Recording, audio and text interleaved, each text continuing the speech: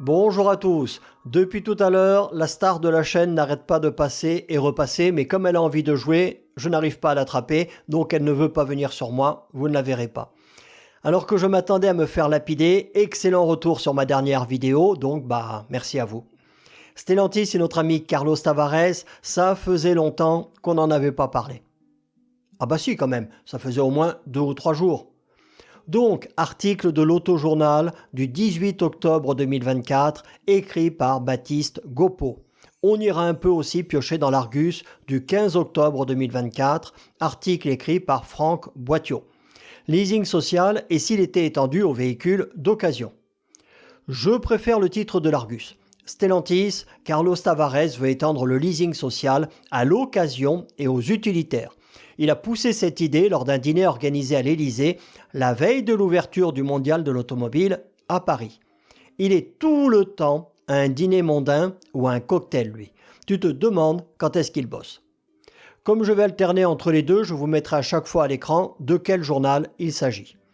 Donc, l'ami Carlos propose que le dispositif du leasing social soit étendu aux voitures électriques d'occasion, ainsi que, on le verra plus tard, aux véhicules utilitaires et d'entreprise.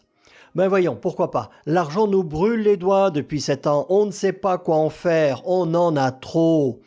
Il faut savoir que le dispositif 2024 du leasing social nous a officiellement coûté 650 millions d'euros, payés avec nos impôts bien sûr, soit 400 millions de plus que prévu. Mais ça, c'est que la partie reversée aux constructeurs, soit 13 000 euros par voiture, alors qu'en fait, avec tous les frais de gestion, ce dispositif nous est revenu à 850 millions d'euros, soit 17 000 euros par voiture. Ça énerve, hein? Eh oui. Donc, l'ami Carlos voudrait faire un leasing social à 2 étages, 150 euros pour les voitures neuves et 100 pour celles d'occasion, et ouvrir le dispositif aux entreprises et aux véhicules utilitaires. Ben voyons, tant qu'à faire. À l'origine, c'était pas destiné aux personnes nécessiteuses qui avaient absolument besoin d'un véhicule pour aller bosser, le dispositif. Ou alors on m'aurait menti. En fait, qu'est-ce qui se passe ?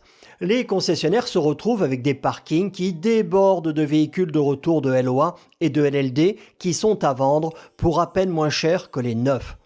Donc déjà que les voitures à pile neuve, ça ne se vend pas, je ne vous explique pas celles d'occasion.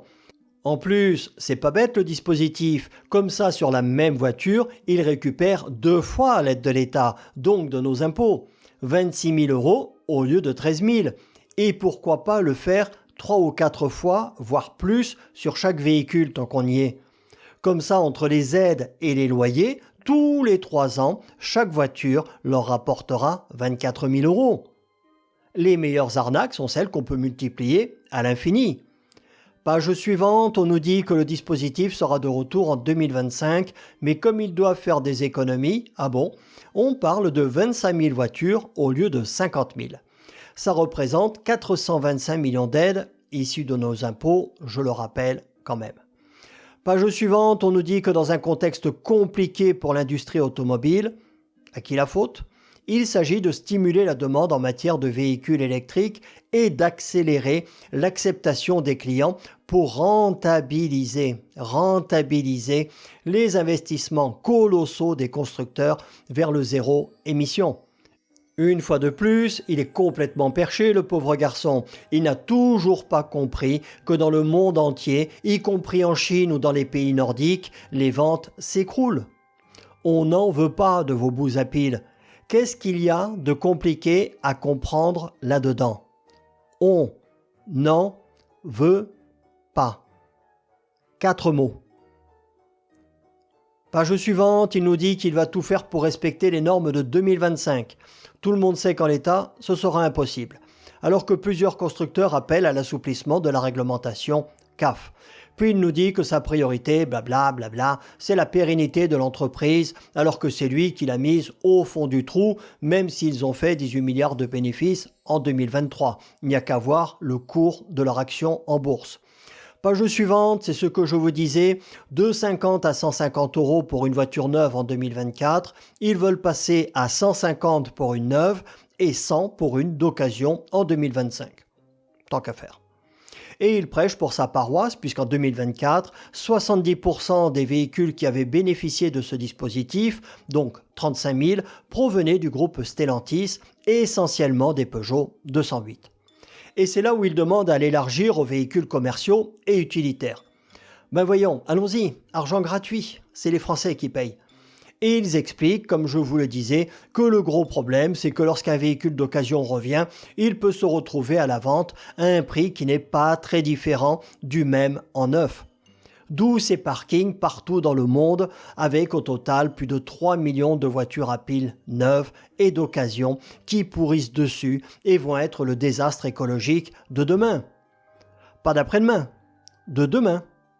On ne va pas revenir là-dessus, mais tout ça à cause d'une idéologie débile et malsaine et parce que quelques personnes influentes à la tête de certains États ou de l'Europe ont des comptes à Hong Kong à alimenter, quitte à détruire 500 000 emplois en Europe et toute une industrie pour ça.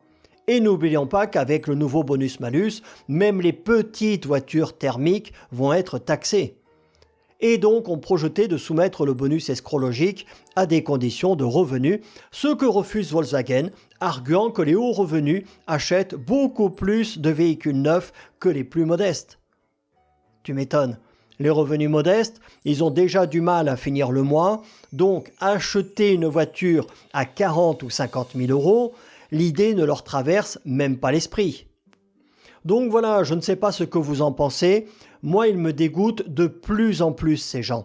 Ils m'écœurent. Ils sont à fond dans leur idéologie de déconstruction de notre société. Rien d'autre ne les intéresse. Ni les désastres écologiques que ça va engendrer, ou la ruine pour des centaines de milliers de familles, ni la colère, pas que pour les voitures, qui monte dans le cœur des peuples. Moi, tout ce que j'espère, c'est que le jour où le couvercle de la marmite explosera, on soit capable de s'organiser pour établir un ordre mondial juste et vertueux et mettions ces gens là où ils devraient déjà être, c'est-à-dire en prison. Oui, je sais, ça n'arrivera jamais, je rêve, je suis un utopiste, mais le jour où tu arrêtes de rêver, il ne te reste plus qu'une seule chose à faire. Mourir. Salut à tous, que Saint Christophe vous bénisse, passez un bon week-end.